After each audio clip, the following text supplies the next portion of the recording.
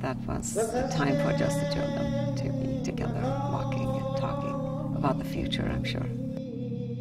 One of the precepts of the Baha'i faith is the equality of men and women, and my father was the embodiment of that. My father had a farm near the northern part of Iran. It was really a very happy childhood. Of course, growing up in a Baha'i household and learning about the history of the faith, we were familiar with the persecution of the early believers.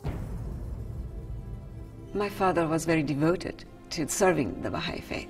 There were about 80,000 Baha'is in Tehran at the time. He was very soon active in the Baha'i community in Tehran.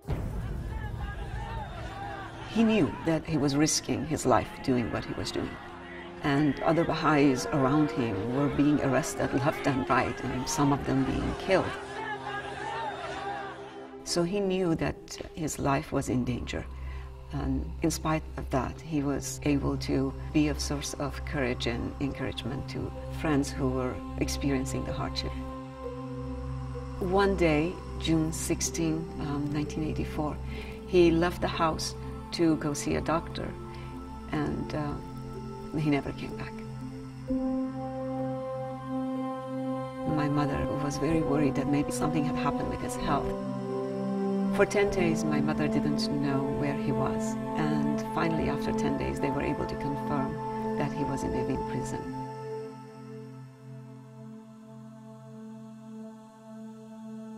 Every time they went to the prison or called to find out if he was there, they wouldn't give them a straightforward answer.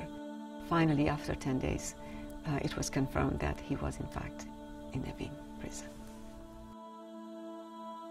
My mom used to take the bus to go to Gohardash, to the prison in Karaj, to take him some clothes and some money.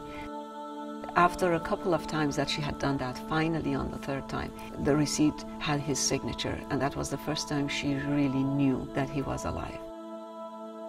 We still have those receipts, and when I look at them and look at the dates and I see how many times they didn't have his signature, I can feel the agony that my mother went through, not knowing exactly where he was and what was happening to him. My mother was visiting the prison every week, and one of these times that she had gone to visit and give the money, she found out that he had permission to have visitors. The prisoners were behind the glass, and they could speak to their loved ones through the telephone. And she said that he had lost quite a bit of weight, and he had a broken tooth. And so she could see that he had suffered physically, but his spirit was very high. My father, he was very brave. In fact, I was looking at some of the letters last night, and it brought tears to my eyes.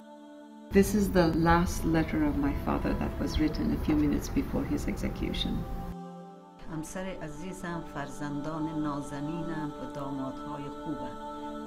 My beloved wife, darling children, dear son-in-laws, and beautiful grandchildren, in these last moments of my earthly life, with utmost joy and happiness, I am thinking of you and kiss your beautiful faces.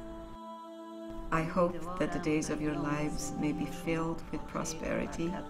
May you succeed in all the aspects and affairs of your lives. I only wish that all of you become inspired and successful in the pathway of truth and truthfulness. May my life be sacrificed to you all. March 5th, 1985. موفق و مؤید باشید. جانم فدای همگی شما، نصرت الله صبحانی.